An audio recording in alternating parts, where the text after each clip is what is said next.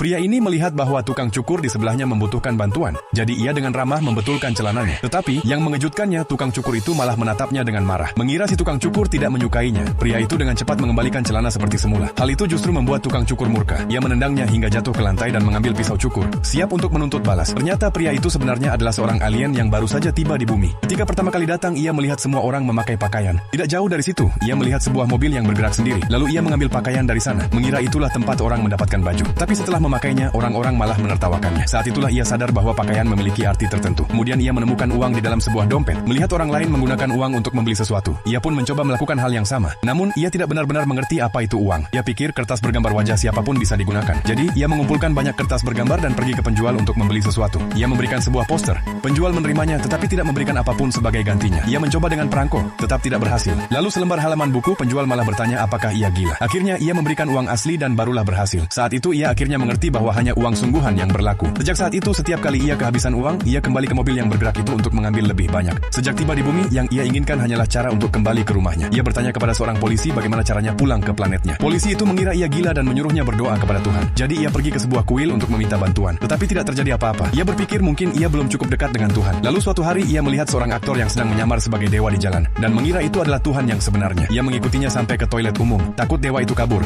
ia mengunci pintunya. Sang aktor panik dan mengangkat trisulanya, menuntut agar pintu dibuka. Pria itu mengancam tidak akan membuka pintu kecuali aktor itu mengirimnya kembali ke luar angkasa. Aktor itu menipunya dengan menyuruhnya menengadah, lalu memanfaatkan kesempatan itu untuk merusak kunci dan melarikan diri.